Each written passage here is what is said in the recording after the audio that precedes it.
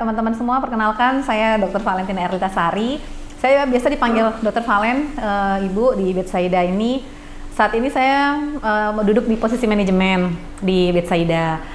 Tim-tim teman-teman saya punya banyak teman GP sebenarnya untuk membantu, tapi di era saat ini, kesempatan baik ini, saya ingin berkenalan langsung dengan teman-teman Allianz untuk bisa menyapa dan juga memberikan sharing tentang bagaimana sih caranya kita melewati new normal ini di era COVID-19 yang ternyata 1 bulan belakangan ini kita menghadapi second wave ya. Jadi ada hal-hal yang mungkin perlu ditekankan dan juga ingin kami ini maksudnya Betsaida ajak untuk teman-teman Allianz tetap sehat dan tetap bisa melayani pasien-pasien di luar sana. Oke, saya boleh lanjut ke materi langsung mungkin ya, Bu Lia. Thank you. Oke. Sorry ya. Teman-teman mungkin sudah paham, sudah tahu, sudah hatam ya. Mungkin justru jauh lebih banyak membaca dibanding saya. Karena biasa kami di operasional, mungkin teman-teman sudah sering banyak informasi. Kita semua tahu bahwa virus ini sudah mulai masuk dari akhir Desember 2019, makin berkembang. Kita sempat mengalami masa-masa sedikit lega ketika vaksin fase pertama di awal Januari 2021 muncul. Lalu kemudian mulai naik lagi case-nya, dan ini tidak hanya dialami oleh Indonesia, tapi seluruh bagian atau wilayah di dunia. Jadi kita sebut di sini COVID-19 pandemic. Jadi sudah ditetapkan juga bahkan dari tahun 2020 ini masuk dalam bencana nasional. Jadi kita semua menghadapi masalah yang sama, kita semua menghadapi ancaman yang sama, baik dari sisi medis di rumah sakit ataupun teman-teman yang tentunya ada di masyarakat. Nah, semalam saya sempat sedikit meluangkan waktu untuk nge-googling ya. Googling ini teman-teman bisa cek nanti di covid19.go.id di peta sebaran. Kita bisa lihat nih case-nya. Saya rasa semua sudah deg-degan banget belakangan ini, terutama 2 minggu terakhir ini. Panik mulai menyerang. Paniknya tuh bentuknya psikis ya, mencari rumah sakit. Ya, nanti kita sharing bagaimana sih teman-teman mencari UGD, akses UGD yang di mana-mana full, yang hospital ICU isolasi full, dan kami pun di manajemen sebenarnya cukup stressful untuk mencari tempat-tempat seperti ini. Walaupun kita sudah punya banyak teman-teman rumah sakit lain, tapi mereka juga menghadapi masalah yang sama.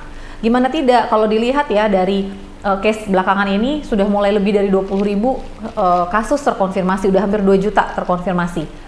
Kasus aktifnya sendiri 228.000 di Januari ini.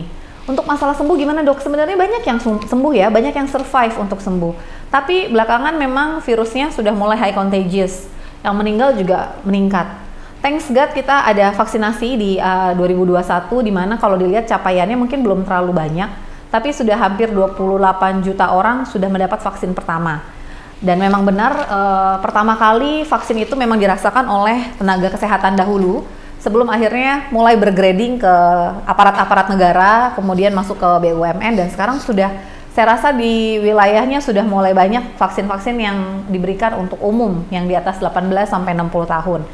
Ya. Kemudian akses pasien terhadap pemeriksaan PCR itu juga cukup tinggi, di mana sudah hampir 20 juta orang sudah mendapatkan atau diperiksakan untuk PCR-nya.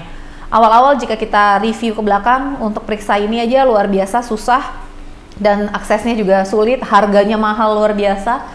Jadi cukup menguras kantong, di mana kita juga menghadapi masa-masa work from home, gaji mungkin tidak sepenuhnya bulat ya, tidak ada pendapatan tambahan lainnya. Nah itu adalah bencana ini benar-benar menampar tanda kutip ya kasarnya banyak sisi kehidupan kita lah ya sebagai manusia, ekonomi, kesehatan dan sebagainya. Nanti kita lihat ini 29 Juni 2021 dan memang prediksinya second wave ini jauh lebih tinggi. Kalau dilihat di dalam grafik memang dia jauh lebih tinggi dibandingkan first wave yang sebelumnya. Nah, apa sih yang dirasakan? Kenapa tiba-tiba angkanya meningkat banget? Case-nya juga lumayan tinggi. Karena makin kesini gejala yang dirasakan itu tidak sebanyak atau tidak seheboh yang sebelumnya.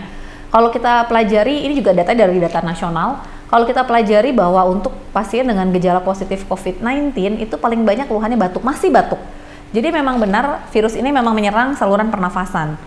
Ya, batuk itu masih nomor 1. Kemudian sesak nafas tentu ya correlated. Karena kalau batuk mungkin masih saluran nafas bagian atas, begitu ada sesak, biasanya paru-paru atau saluran nafas bagian bawah udah mulai terinfeksi. Ada keluhan seperti sesak dirasakan oleh pasien. Ada demam, ada lemes juga, kemudian ada juga mulai sekarang trennya semingguan ini tuh trennya kalau pasien di UGD, kalau kita boleh sharing ke teman-teman, keluhan pencernaan, mencret, diare, awalnya seperti itu. Demam malah tidak terlalu ya, demam itu nomor 3 nih kalau lihat dari grafik nasional, demam itu malah tidak. Kemudian yang paling yang lainnya diare dulu tuh nggak terlalu, tapi sekarang mulai banyak nih pasien mencret keluhannya, mual keluhannya. Ya seperti itu. Jadi tidak lagi spesifik ke batuk pilek. Dan saat ini belakangan ini memang lebih highly contagious ya. Jadi teman-teman mungkin tahu paparan virus. Saya tidak akan bicara terlalu teknis mengenai jenis-jenisnya karena saya rasa teman-teman sudah banyak membaca varian Delta sudah banyak, yang dari India sudah banyak. Itu gejalanya sama. Kita menghadapi virus yang sama dengan varian berbeda dengan obat yang masih sama. Jadi kita tinggal berpikir bagaimana cara mengatasinya. Itu yang saya harap nanti tujuan dari kita ketemu di sore hari ini adalah untuk hal tersebut. Menyamakan persepsi bahwa apapun jenis virusnya, mau si Delta, mau si yang B, mau yang biasa, itu sebenarnya caranya tetap sama. Prokes ya. Oke, kita balik lagi ke gejala. Gejala-gejalanya masih sama, jadi sangat bias untuk menemukan gejala pastinya. Karena kayak batuk, batuk pilek biasa juga batuk, demam, pasien dengan usus buntu juga demam. Jadi ada beberapa kekasan yang tentunya harus diingat-ingat atau dikaji lebih dalam. Nah kemudian ada yang memperberat. Ini juga akhirnya menjadi fokus pertanyaan. Nah ini screening ya, pertanyaan. Jadi dulu pertanyaannya nggak cuma Bapak Ibu ada batuk pilek nggak, ada demam nggak. Sekarang ada fokus pertanyaan lagi. Tambahannya adalah ada penyakit penyerta nggak? Namanya kondisi penyerta. Mungkin nanti ada kalau Bapak Ibu ke UGD mungkin ada beberapa tenaga kesehatan atau dokter kami bilang, Bu ada komorbidnya nggak? Gitu. Komorbid itu adalah penyakit yang sebelum Ibu atau Bapak dapat sakit keluhan yang membuat Bapak Ibu datang ke UGD hari itu, Bapak Ibu sudah punya penyakit lainnya, misalnya DM, diabetes mellitus, sakit gula, ya, atau hipertensi, tekanan darah tinggi, penyakit jantung. Itu hal-hal yang membuat kondisi penyerta COVID itu makin berat. Jadi ibarat kata kalau kita mau bertempur, anggap aja kita punya, ini yang suka main game ya Bapak Ibu pasti main game, ada wilayah perangnya nih di situ. Nah kita akan memenangkan pertempuran itu kalau misalnya tempat tempur kita tuh sudah steril, bersih, ya kita hanya sibuk fokus untuk membidik musuh nih misalnya. Nah tapi kalau misalnya di lapangan itu atau di area tempur itu, nggak taunya masih ada yang jualan nasi goreng di pinggir lapangan, atau masih ada anak kecil tuh main bola kaki di ujung situ. Nah fokusnya jadinya banyak. Nah itu yang akan memperlama pengobatan, memperberat gejalanya, ya. Saya rasa semoga saya bisa dipahami dengan bahasa analitik saya gini. Jadi kalau misalnya pasien, misalnya Bapak Ibu merokok, jadi ingat ya area tempur kita ini paru-paru.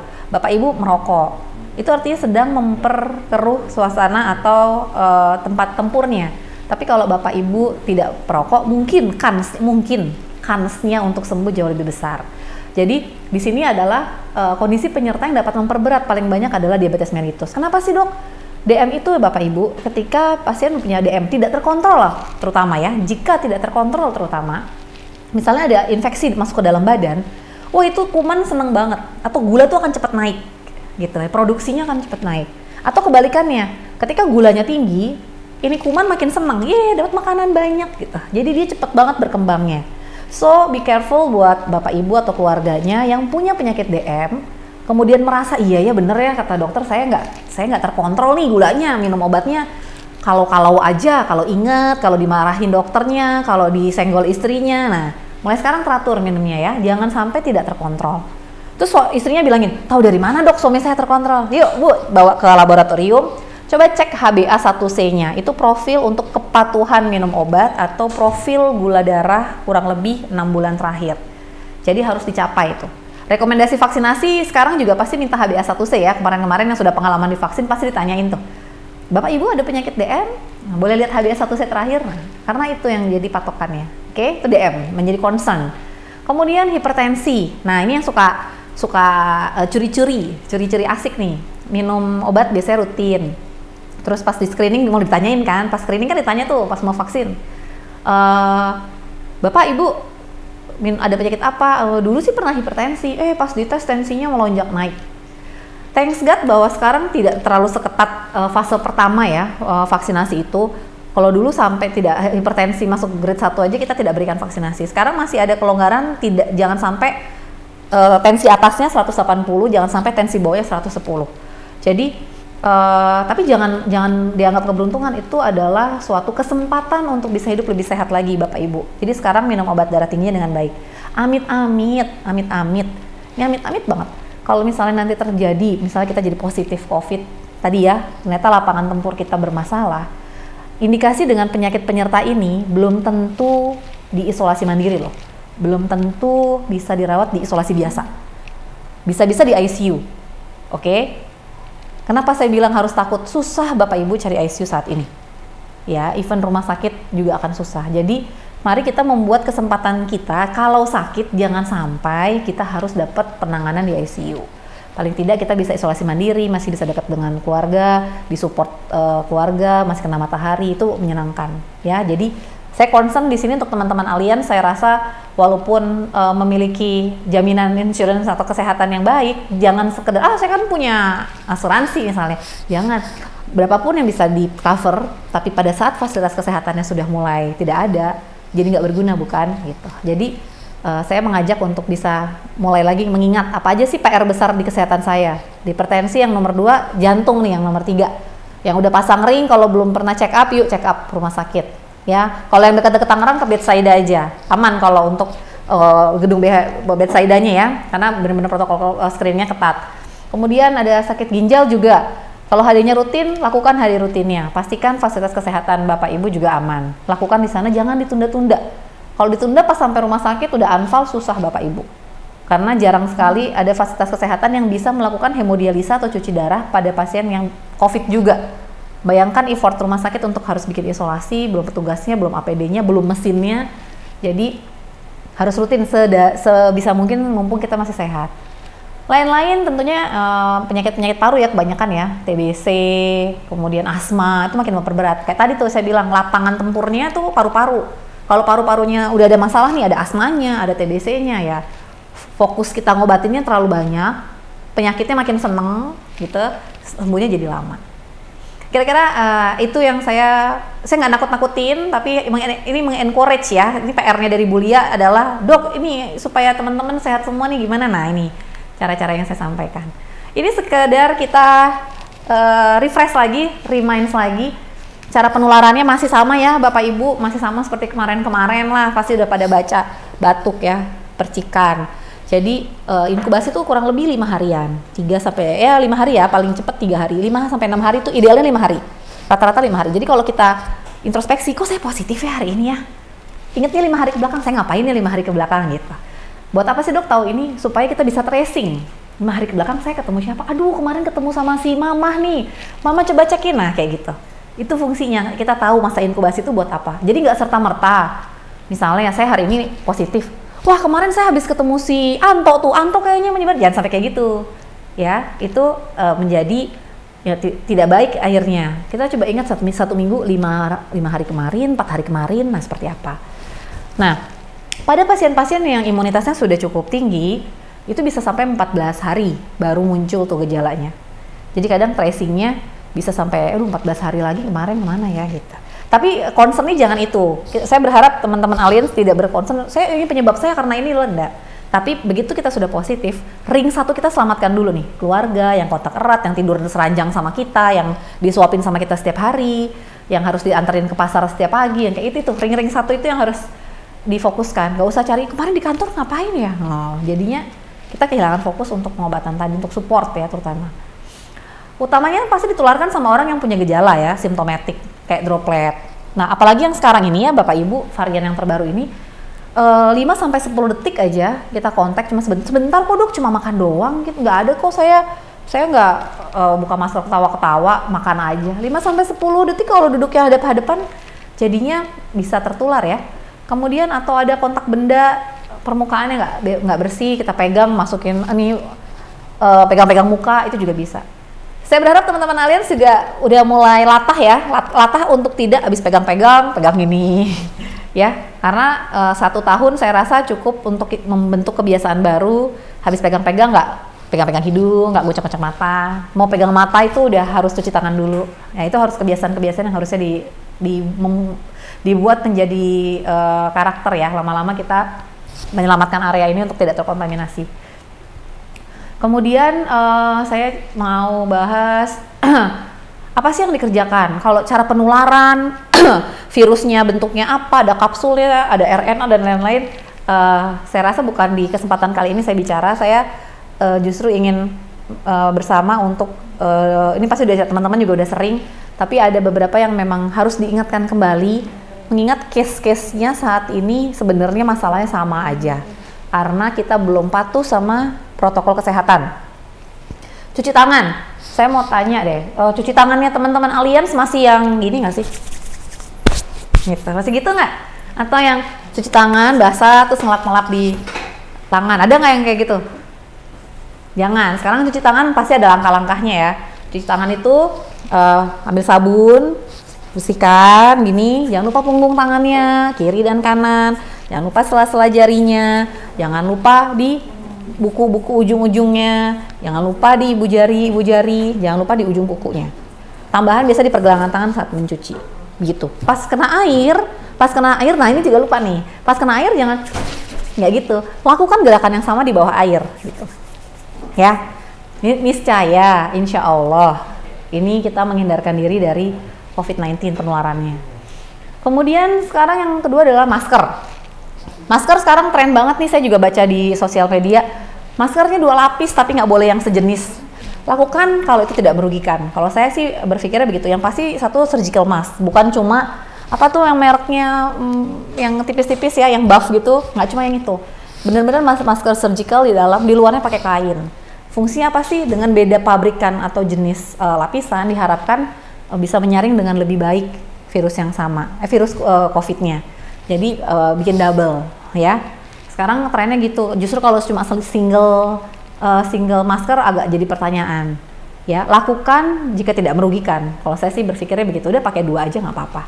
Ya, harga masker sekarang tidak semahal yang lampau ya, Bapak Ibu. Mungkin yang di daerah masih merasakan harga 1 box 100.000 mungkin.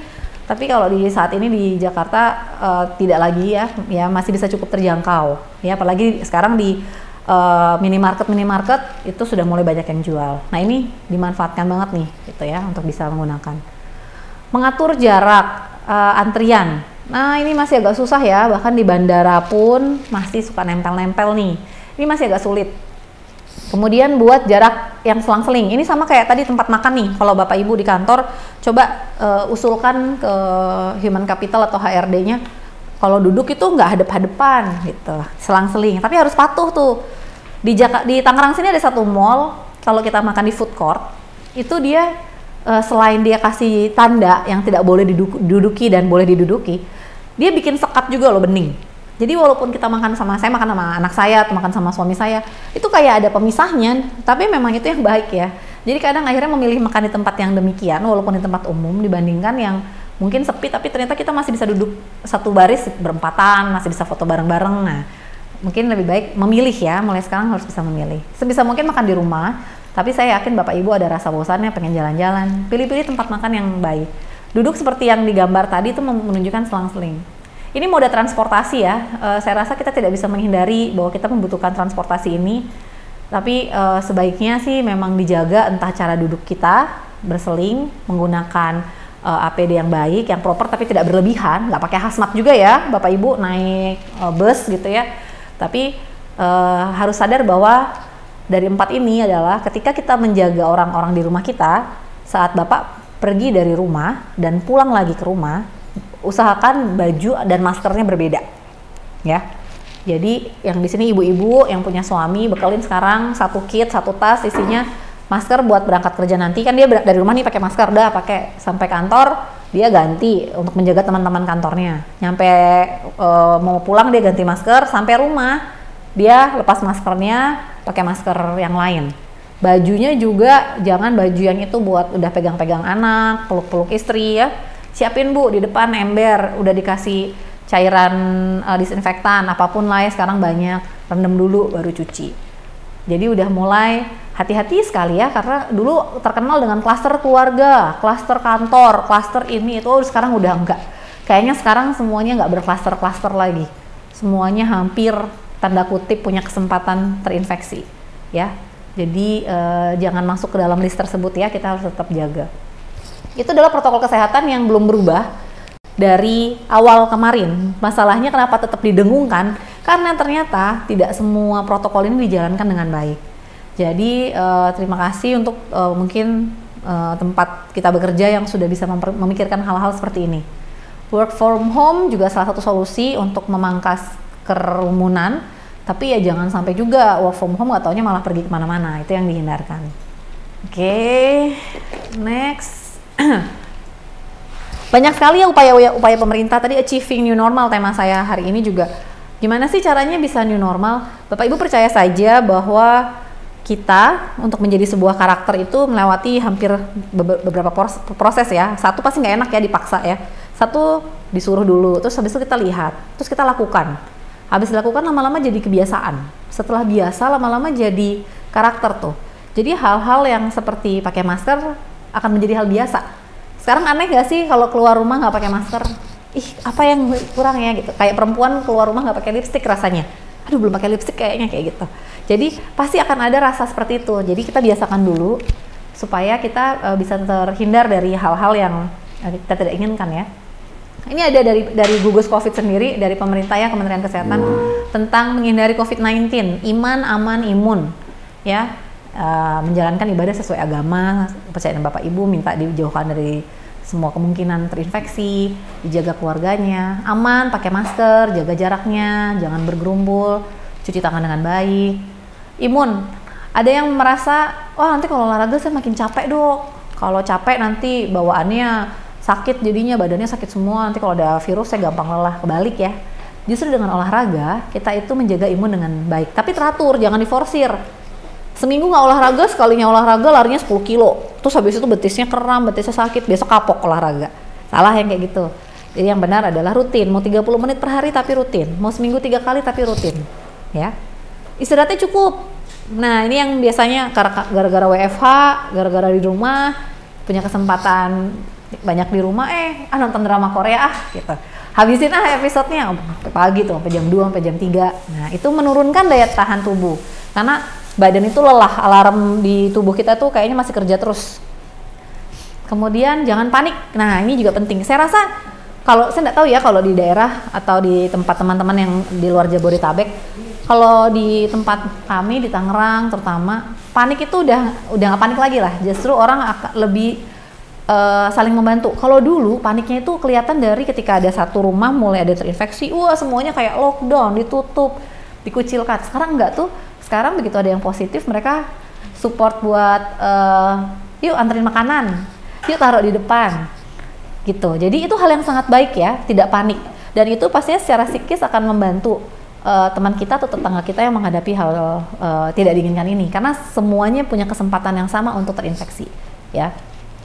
Makanan bergizi udah pasti ya, makanan bergizi harus, sekarang banyak GoFood nih laris, tapi sebisa mungkin pilih makanannya yang bergizi. Bergizi itu apa sih dok? 4 sehat 5 sempurna masih ya, 4 sehat 5 sempurna itu masih, banyakin sayur, banyak protein, minum susu itu masih tetap baik. Macam-macam nih, ada salah satu pemerintah daerah nih Depok ya, dia bikin kayak Gema lawan COVID, yuk kita sama-sama cegah dan kendalikan COVID dengan 3T, tracing, testing, dan treatment. Dan saya mengamini ini ya, karena di edaran IDAI beberapa waktu yang lalu, tracing dan testing masuk ke dalam hal yang diharapkan bisa dilakukan untuk rumah sakit ataupun sejawat dokter, tracing dan testing.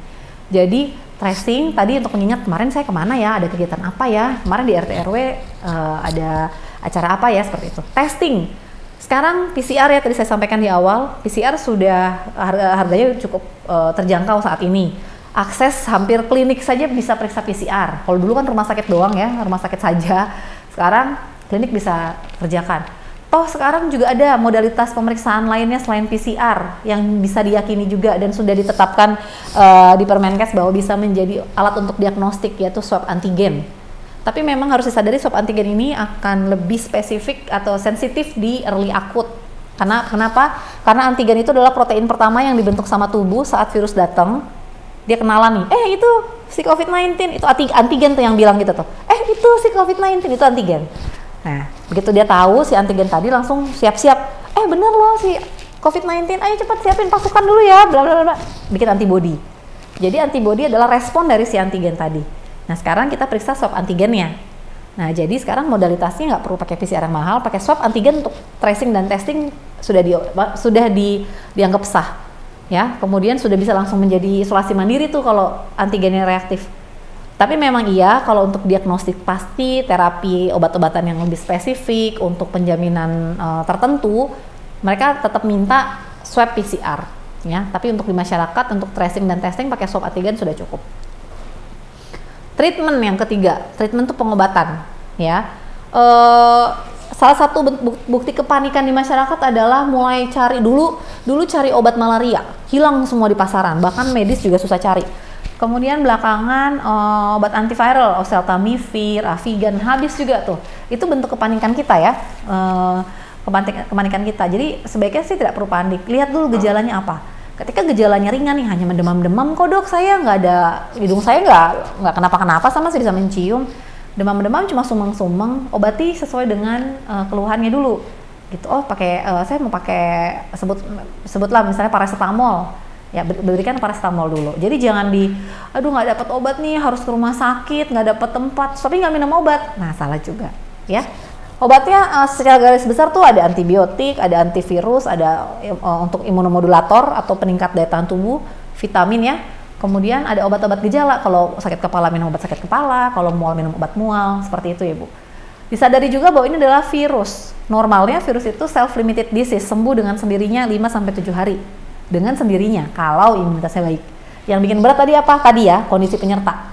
Ya, atau ketika ada sakit seperti ini kita tidak segera tangani dengan treatment. Itu bisa berat. Jadi kenapa protokol saat ini kalau mau dirawat 10 hari isolasi mandiri sudah cukup. 10 hari ke-7 kita ulang PCR, kemudian nggak ada gejala, nanti masih isolasi mandiri dulu tambah 3 hari. Hari ke-10 udah bisa pulang. Kalau misalnya mau ditambah lagi di rumah, tambah 3 hari. Total sih sebenarnya 14 hari. Tapi kita bisa ulang lagi PCR kita tuh di hari ke-7 dan hari ke-10 untuk memastikan bahwa kita sudah bebas dari infeksi ini ya. Ada lagi, ini masih dari Depok ya, kita ngambilnya yang mulai banyak prokesnya ini, promosi-promosinya. Jadi hindari 3K. Jadi bikin jargon-jargon, misalnya 3M, 3T, ini hindari 3K. Kontak dekat, kerumunan, dan kamar tertutup ya. Jadi kalau ruang kerjanya masih istilahnya sempit, diisi oleh banyak orang, mendingan dihindarin deh, mendingan diatur flow-nya gitu. Jadi jangan tertutup lah, buka jendelanya, buka pintunya untuk menghindari sirkulasi yang terlalu tertutup itu ya, karena penularannya akan besar, potensi tularnya besar. Tadi ya, ada juga tadi hindari 3K. Kalau Kemenkes gugus Covid bilangnya kaji lawan Covid dengan 3K. Kaji informasi, tuh itu termasuk ya, itu termasuk melawan Covid loh. Mengkaji informasi, mengelola emosi, ya, kemudian mengembangkan sumber daya. Ya, ini secara general, ya ada jaga jarak, kemudian sering cuci tangan, pakai masker, masih kayak gitu.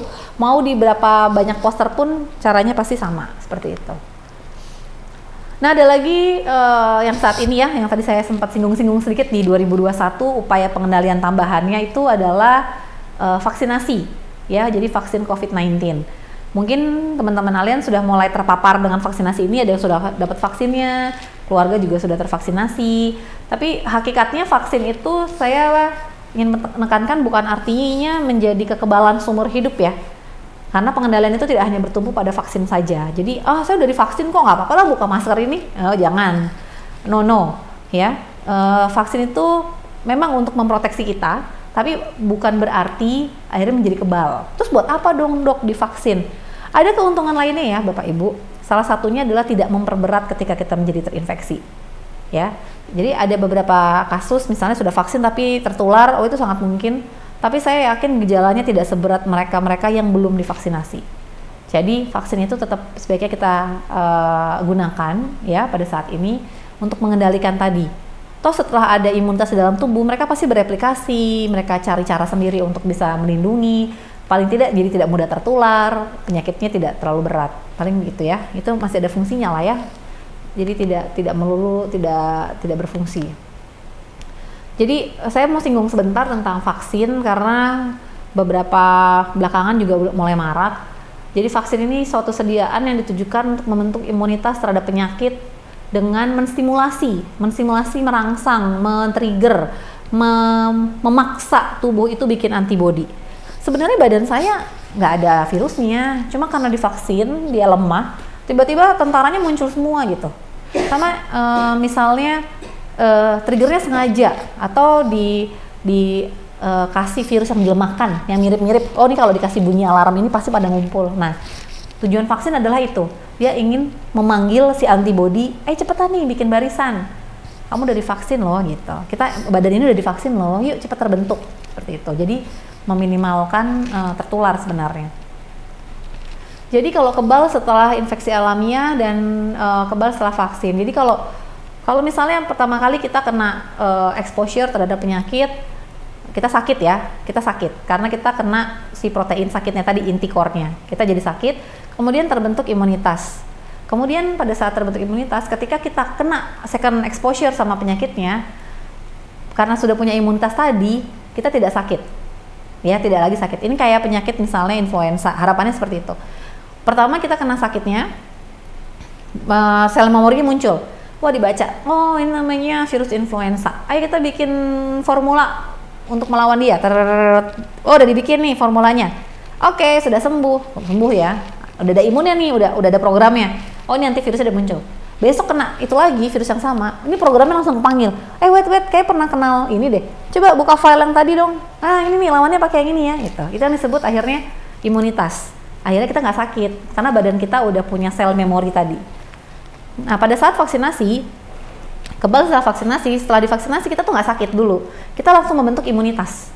Itu bedanya. Jadi karena kalau vaksinasi kan sudah lemah. Jadi tidak ada tuh yang bikin sakit. Hanya rangsangan supaya tubuh bikin antibodi, membuat menjadi imunitas. Ya. Ketika dapat paparan pertama kali sama si sakit, kita nggak langsung sakit. Itu harapannya, itu vaksin pada dasarnya bekerja seperti itu ya Bapak Ibu. Saya tidak bicara soal vaksin COVID yang baru ditemukan beberapa tahun ke belakang, tapi kayak vaksin campak, vaksin polio, typhoid, itu begini cara kerjanya. Cacar air, coba lihat yang cacar air. Sudah tidak menjadi pandemi dunia, dulu menjadi pandemi dunia, sekarang sudah tidak. Karena prinsipnya begini.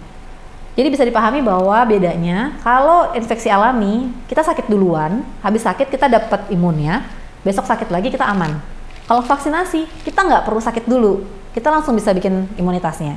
Ya, jadi kayak shortcut untuk bikin imunitas. Next. Ada tujuannya ya, tadi membentuk kekebalan kelompok, herd immunity, udah sering denger ya. Jadi semoga bedside karena udah divaksin semua, ini satu kelompok ini keluhannya tidak terlalu berat. Menurunkan kesakitan dan kematian, ini true ya. Jadi nggak terlalu berat penyebabnya sakitnya dan kematiannya pasti akan menurun karena tadi sudah bisa diatasi. Melindungi dan memperkuat sistem kesehatan secara menyeluruh, ini generalnya maksudnya menjaga produktivitas dan meminimalkan dampak sosial ekonomi. Maksudnya apa? Kalau kita nggak sakit, tentunya kita nggak punya cost buat biaya kesehatan ya. Jadi tentunya itu yang disebut dengan meminimalkan dampak sosial dan ekonomi. Jadi ada dua ya kalau tipe imunisasi nanti ya, ada yang pasif, ada yang aktif. Ini saya screen cepet aja. Kalau yang pasif itu dia mentransfer antibodi dari orang-orang dan itu hanya sementara. Biasanya dari ibu dan anak nih, dia pasif. Kalau yang aktif, dia memang kita sengaja berikan sehingga nanti membentuk antigen spesifik tadi ya, atau cellular immunity. Dia akan lebih lifetime ya, jadi untuk lebih panjang karena emang kita buatkan seperti itu. Sumbernya pasti dari infeksi penyakit yang memang didapatkan, satu lagi vaksinasi. Kalau yang pasif itu karena transfer antibodi aja antara mama sama anak, hanya sementara. Karena pada saat nanti anaknya lahir, berkembang, tentunya badan dia harus beradaptasi juga dengan virus-virus yang ada kan. Gitu. Saya coba misalnya ini ya, ini membedain. Dia termasuk obat nggak sih dok? Kalau vaksin itu Siapa yang dapat ya, misal vaksin sama obat lain ya. Kalau vaksin yang dapatin orang sehat, anak-anak juga diberikan.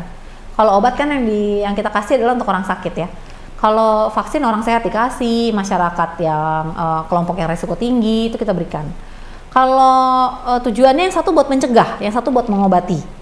Ya, kalau obat ya pasti untuk ngobatin, kalau satu lagi mencegah. Kemudian diberikan melalui program kesehatan masyarakat ya.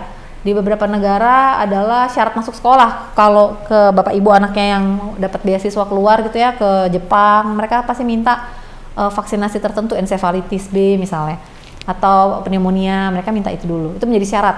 Kenapa sih? Bagaimana sih cara dapatnya? Jadi sebelum masuk sekolah mereka disuruh vaksin dulu. Kemudian kalau obat, nah kita yang berikan. Pasti ada tenaga kesehatan yang akan memberikan obat tersebut, dokter dan tenaga kesehatan ya. Macamnya berapa macam? Kalau vaksin itu tidak banyak, hanya 8 sampai 15 anggapannya gitu ya, bisa dihitung. Maksudnya apa sih? Maksudnya kita lihat mana penyakit-penyakit yang memang kita perlukan, yang secara pandemik bisa merugikan, secara endemis bisa merugikan, yang secara ekonomi bisa istilahnya memperberat penyakit lah, yang bisa kita atasi dari awal, itu vaksin. Kalau obat jenisnya banyak, karena tidak bisa memprovide, nggak mungkin ada vaksin sakit kepala misalnya, tapi ada obat sakit kepala ya. Vaksin biasa kita berikan untuk penyakit-penyakit menular yang memiliki tadi ya, ada virusnya, ada proteinnya yang kita bisa replikasi dan dijadikan vaksin. Wah, ini juga macam-macam. Kapan mereka dapatnya? Kalau obat-obatan ya pasti pas lagi sakit. Tapi kalau vaksin ada umur-umur tertentu, ada kesempatan-kesempatan tertentu. Jadi mau nggak mau harus divaksin. Kemudian ada umur itu kaitannya dengan resiko paparan di usia-usianya mereka ya, begitu ya. Kemudian efek sampingnya bagaimana? Efek sampingnya biasanya ada KIPI ya kalau divaksin, kejadian ikutan pasca imunisasi. Jarang, tapi ada juga yang sampai berat. Nah, walaupun demikian sudah bisa diprediksi. Misalnya mau suntik DPT mungkin demam nih, kita kasih obat demam. Tapi resikonya jadi sulit diterima. Kenapa? Ya anaknya emang sehat-sehat aja, masa habis dari dokter divaksin malah jadi demam, sudah diterima tuh seperti itu. Tapi kalau obat-obatan, efek sampingnya pastinya lihat dulu nih ada alergi apa tidak, ada efek sampingnya apa enggak, karena setiap obat-obatan akan berbeda pada setiap pasien ya. Nah ini kemarin ya, ini cerita bahwa kemarin sudah mulai ada vaksinasi, di mana ada gelombang pertama itu di Januari sampai April kemarin itu petugas kesehatan, kemudian ada petugas publik dan lansia ya. Kalau kita review nih program pemerintah sudah berjalan ya sampai lansia ini.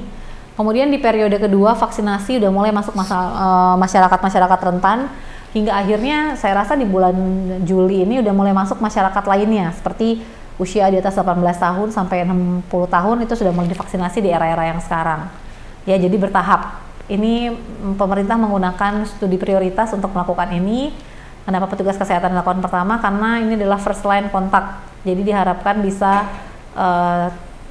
menciptakan imunitas sendiri untuk tenaga kesehatan. Kemudian ini juga ada peraturan Permenkes tentang imunisasi. Ya, ini sudah diprediksi juga oleh pemerintah bahwa ada KIPI, kejadian ikutan pasca imunisasi yang terjadi atau kejadian medis yang terjadi setelah imunisasi. Kejadian medis itu maksudnya KIPI itu pasti berhubungan dengan kesehatan, misalnya demam, dok mual nih 2 hari kemarin habis divaksin mual, dok di bekas suntikannya biru-biru, nah itu KIPI, atau kram nggak bisa diangkat itu KIPI, ya. Dan diduga berhubungan dengan imunisasi pastinya ya. Jangan sebut dok ini nih biru nih merah-merah, oh kemarin habis vaksin ya? Enggak sih dok, 2 bulan lalu. No, biasanya nggak ada KIPI kalau gitu. Mungkin suntik yang lain, ya. Jadi KIPI itu tidak selamanya, normalnya hanya 3 kali 24 jam ya. Reaksi ini sekarang udah ngomongin COVID, apa sih yang terjadi setelah kita divaksin COVID, imunisasi COVID-19? Hampir sama dengan vaksin-vaksin lainnya ya, pasti ada nyeri lokal seperti bengkak sifat suntikan, ada kemerahan, abses itu bengkak yang ada nanah isinya. Kemudian ada limfadenitis itu limfa itu kelenjar getah bening, itis itu radang. Jadi ada radang atau pembengkakan di daerah kelenjar getah bening. Di mana aja dok? Kalau di leher tuh di sini. Ini ada kelenjar getah bening, ya. Kemudian di bawah ketiak itu ada kelenjar getah bening. Di selangkangan, mohon maaf, itu ada kelenjar getah bening. Itu yang gampang teraba ya. Di leher sini, kiri kanan nih banyak, ada 9 macam kayaknya ya. Jadi nggak usah khawatir, di sini banyak sekali. Kemudian ada reaksi lokal yang berat, selulitis. Selulitis itu bukan selulit yang biasanya pada ibu-ibu hamil stretch mark ya, bukan ya. Selulitis itu peradangan pada kulit, jadi kulitnya tuh nanti merah, bengkak. Jadi di tangan, mau di kaki, dia merah, bengkak, panas, ya. Nggak ada nanahnya, tapi ini bengkak semua nih, satu area yang cukup besar ini. Jadi itu sebutnya selulitis. Biasanya akan menuju ke arah sepsis atau infeksi berat. Itu reaksi lokal itu artinya yang terjadi di tempat itu. Kalau yang sistemik, yang seluruh badan, yang dirasakan seluruh badan, itu demam, kemudian pusing, hilang nafsu makan sama diare. Ya, ada juga yang lain-lain tuh kayak yang agak berat ya, alergi, jadi gatal-gatal, ya, kemudian jadi bintik-bintik, kemudian ada shock anafilaktik yang sampai pingsan, sampai tidak sadarkan diri, itu shock anafilaktik namanya.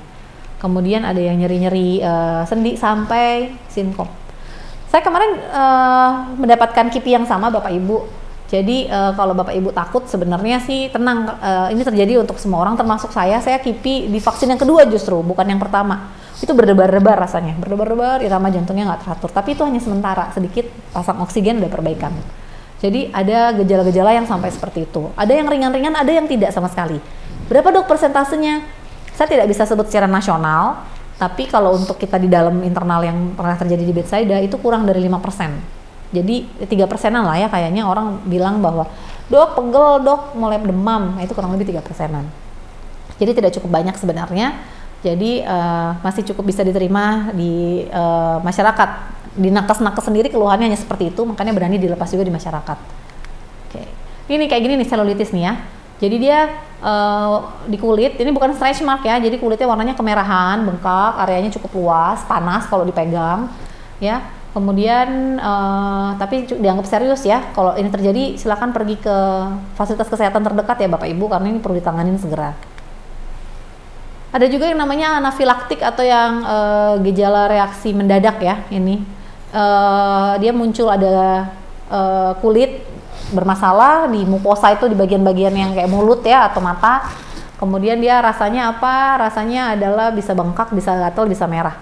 Kemudian bisa diikuti dengan sesak nafas atau tiba-tiba pingsan, tensinya rendah. Itu anafilaktik namanya. Kemudian ini ada macam-macam ya. Kemudian dalam hitungan menit ada merah-merah tadi ya, gatal di lidah, di bibir, di bagian kelamin bisa juga. Kemudian ada ngik-ngik ya, mengi. Ini kayak asma seperti itu, tekanan darahnya turun mendadak, kemudian ada gangguan pencernaan seperti nyeri perut sampai mencret-mencret dan kram. Atau ada juga tekanan darahnya tiba-tiba drop ya, turun drastis, kemudian bisa bikin pasien juga pingsan. Ini sama ya, gejalanya seperti itu. Ini ada pertanyaan-pertanyaan yang ada di masyarakat, mungkin kita jadi bisa sharing apa aja sih mitos dan faktanya. Nih ya, satu. Vaksin COVID-19 itu isinya virus yang dilemahkan, iya apa enggak sih? Semua vaksin COVID-19 yang dikembangkan tidak ada yang menggunakan virus yang dilemahkan, ya. Dia intinya sih memang hanya proteinnya saja. Jadi bukan berarti di dalam tubuh kita kasih nih virusnya, wah jadi tertular ya, enggak. Terus ada yang pertanyaan gini, dok saya habis divaksin nih, besok saya swab antigen kira-kira reaktif enggak ya? Enggak ya Bapak Ibu, karena yang kita ciptakan adalah antibody. Swab antigen sekali lagi adalah respon pertama ketika tubuh mendapatkan infeksi. Kemudian nih, vaksin COVID-19 akan membuat positif COVID-19 enggak sih? Ya, prinsip vaksin adalah memasukkan virus yang mati atau virulensinya dilemahkan, yang nggak bisa berkembang biak, tapi cukup untuk membentuk antibody. Jadi, apakah jadi sakit COVID-19 juga? Enggak, ya. Jadi stigma tadi silakan dihindarkan. Yang tadi ragu-ragu, besok tinggal daftar vaksin, langsung daftar aja. Ini nggak masalah. Ada lagi, vaksin menyebabkan swab PCR atau antigen menjadi positif. Iya apa enggak ya? Iya apa enggak ya? Yang tadi ya, vaksin menstimulasi respon imun bikin antibody, ya, bukan untuk membuat virusnya itu sendiri. Swab PCR atau antigen mendeteksi keberadaan virus di nasofaring, bukan di jaringan atau di darah. Ya, jadi kalau kita kan suntiknya di darah nantinya. Sedangkan kalau PCR antigen itu adanya di naso. Naso itu hidung, faring itu tenggorokan. Ya, jadi tidak demikian ya mitosnya. Itu mitos jawabannya. Vaksin menyebabkan rapid antibody reaktif. Ya, memang diharapkan reaktif. Jadi kalau besok nih misalnya program di kantornya, yang habis vaksin 2 minggu lagi cek antibody ya gitu. Wah, tinggi. Nah, panik. Padahal itu harapannya. Harapannya antibodinya meningkat. Seiring dengan waktu mungkin akan menurun. Nah kalau ditanya dok perlu booster apa tidak, jujur saja Bapak Ibu saat ini karena ini adalah vaksin baru tahun pertama mulai, kita juga perlu kajian. Booster sangat perlu pastinya, tapi kami juga berharap Bapak Ibu juga rutin mencek antibodinya. Begitu titernya turun, nanti ada angka titer tertentu ya di lab tertentu, nah itu pasti perlu di booster lagi, perlu di up lagi gitu. Nah harapannya diharapkan gejala jadi ringan dan masa menular jadi lebih pendek ya. Gitu. Itu vaksin artinya berhasil kalau dia meningkat. Jadi jangan panik, aduh ini antibodi kok naik ya, itu yang diharapkan. Apakah setelah vaksin harus isolasi? Enggak. Vaksin tidak menyebabkan orang jadi positif COVID-19. Maka setelah disuntik vaksin tidak akan menular. Jadi nggak perlu isolasi ya. Jadi ini mungkin teman-teman yang di kantor, dok saya habis vaksin ya, saya harus isolasi mandiri 14 hari. Nggak perlu ya. Jadi tetap bisa beraktivitas seperti biasa. Kemudian dan tidak akan berbahaya dengan lingkungan sekitar. Tapi ingat tadi kan saya sampaikan ada KIPI, kejadian ikutan pasca imunisasi. Yuk dicek 3 kali 24 jam. Kalau ada gejala-gejala tadi harus cari fasilitas kesehatan. Oh ini ngetren nih pertanyaannya nih. Vaksin COVID-19 diisi microchip ya dok ya? Nggak mau divaksin nanti kita bisa dideteksi banyak orang. Enggak lah, lihat nggak? Vaksin tuh bentuknya cairan. Jadi kalau misalnya disuntikan ke dalam tubuh, gimana naruh microchipnya ya Bapak Ibu ya ke dalam jarum suntik? Ya, jadi nggak sampai seperti itulah ya, tidak canggih juga. Jadi saat ini vaksin bentuknya dia kita akan ngambil hanya 0, sekian cc, dimasukkan dalam satu siring, Bapak Ibu cuma disuntik di lengan atas, selesai. Nggak ada bedah-bedah microchip ditaruh di bawah, nggak sampai seperti itu. Vaksin COVID-19 berbahaya karena belum selesai uji klinis. Semua vaksin yang sudah dilepas di pasaran itu sudah melewati tahap pengembangan vaksin.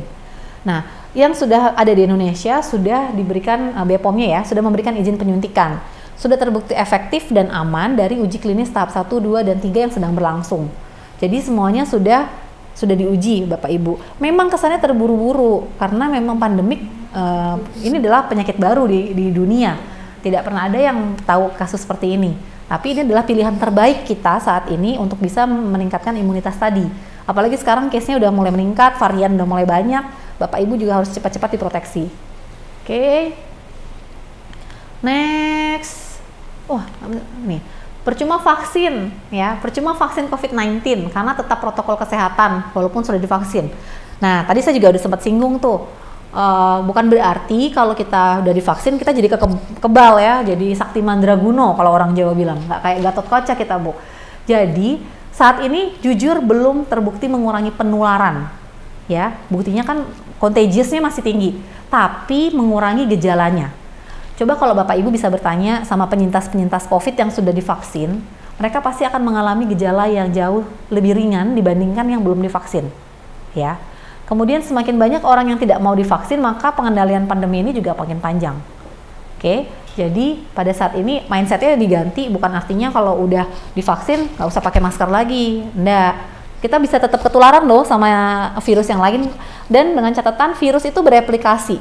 Mungkin saat kemarin kita dapat virusnya jenis A, hari ini terpapar karena nggak pakai masker, karena kita berpikir kita sehat, nggak terpapar yang Delta. Baik kalau kayak gitu ya, jadi kita harus tetap mikir ini bukan untuk mengurangi penularan, ini untuk mengurangi gejala dan keberatan penyakitnya tadi. Apalagi ya, ini kita bisa lihat pengeluaran ya, current rate vaccination globally bisa kurang lebih 7% kita populasi bisa mulai terbentuk herd immunity itu. Oke, biasanya pandemik berakhir di 7 tahun dari mulai vaksinasi. Jadi kita harus tetap bersabar dan berharap ini akan menjadi kebiasaan. Jadi bagaimana achieving new normal di true COVID? Balik lagi ke seperti wave-wave yang pertama, prokes ya, pakai masker, jaga jarak. Masker sekarang 2 lapis. Ingat, selama tidak merugikan, kenapa nggak dicoba aja? Jadi 2 lapis tapi beda jenis. Kemudian ikutlah vaksinasi ya Bapak Ibu, karena saat ini adalah pilihan terbaik Bapak Ibu untuk bisa memutus rantai penularan, mengurangi gejala, memperberat gejala. Dan yang ketiga, kalau Bapak Ibu ingat tadi saya beranalogi tentang lapangan tempur, jadi supaya tidak tambah berat, karena tadi ya cari ICU susah dan lain-lain, akses susah, yuk at least jika apes-apesnya kita harus kena, paling tidak kita masuk ke dalam gejala yang bisa isolasi mandiri. Supaya seperti itu, yuk penyakit-penyakit yang memperberat seperti DM, hipertensi, sakit jantung, sakit ginjal mulai sekarang dikontrol, mulai sekarang dilihat kansnya, yang jarang minum obat mulai teratur minum obat, yang obatnya suka bolong-bolong disumput-sumputin di laci-laci mulai dikeluarin lagi, yang harusnya kontrol ke dokter buat treadmill karena habis pacemaker atau habis pasang ring, kontrol lah Bapak Ibu. Jangan sampai ketika virus ini kena, kemudian yang tadi makin berat, yang diperlukan ternyata ruangannya ICU susah. Sangat berbahagia ketika, oh Bapak kena, tapi ini kayaknya bisa isolasi mandiri. Thanks God kalau kayak gitu. Ingat, sekarang masyarakat tidak panik, tidak sepanik dulu, tidak akan ditolak dalam masyarakat juga. Bapak Ibu tetap bisa isolasi mandiri di rumah, obat-obatan gampang diakses, ya. Jadi sekian slide dan sharing saya pada sore hari ini. Inti yang ingin saya sampaikan ke teman-teman Allianz adalah tadi ya, tujuan tadi adalah untuk mengurangi beratnya penyakit dan juga tentunya penularan yang cukup banyak saat ini di masyarakat. Saya dari pihak rumah sakit, terutama dari manajemen, ingin share bahwa kondisi di rumah sakit memang saat ini sama seperti teman-teman di rumah. Kami juga cukup sulit untuk membantu mencari UGD lah, isolasi lah, atau ICU. Saya ingin mengajak Bapak Ibu yang masih sehat semua atau mungkin yang sekarang sudah terinfeksi tapi masih baik kondisinya, yuk prokesnya tetap dijalankan, saling sharing tentang keadaan yang ada, prokesnya tetap diikuti, vaksin tetap diikuti, tidak perlu banyak skeptik, dukung pemerintah, dukung nakes, Bapak Ibu juga menjadi bagian dari perang bersama melawan COVID-19.